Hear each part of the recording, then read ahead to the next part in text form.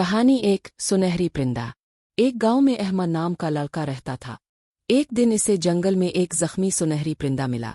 احمد نے اسے گھر لا کر اس کی دیکھ بھال کی۔ کچھ دنوں بعد پرندہ ٹھیک ہو گیا اور اڑنے لگا۔ جانے سے پہلے اس نے کہا، تمہاری نیکی کا بدلہ ضرور ملے گا۔ اگلے دن احمد کے گھر کے پاس ایک درخت الفاگ آیا جس پر سنہری پھل لگتے تھے۔ احمد نے وہ پھل بیچ کر اپنے گاؤں کے غریب لوگوں کی مدد کی۔ اس کی نیکی نے پورے گاؤں کی زندگی بدل دی۔ کہانی 2 سچ کی طاقت۔ علی ایک شرارتی لڑکا تھا جو اکثر جھوٹ بولتا تھا۔ ایک دن اس نے مذاق میں کہا کہ جنگل سے شیر آ گیا ہے۔ لوگ ڈر کر بھاگ آئے، مگر وہاں کچھ نہیں تھا۔ سب ناراض ہو گئے۔ چند دن بعد واقعی شیر آ گیا۔ علی چیخا، بچاؤ! شیر آ گیا، مگر اس بار کسی نے اس کی بات پر یقین نہ کیا۔ خوش قسمتی سے ایک بوڑھا شخص وہاں سے گزرا اور علی کو بچا لیا۔ اس دن کے بعد علی نے سچ بولنا سیکھ لیا۔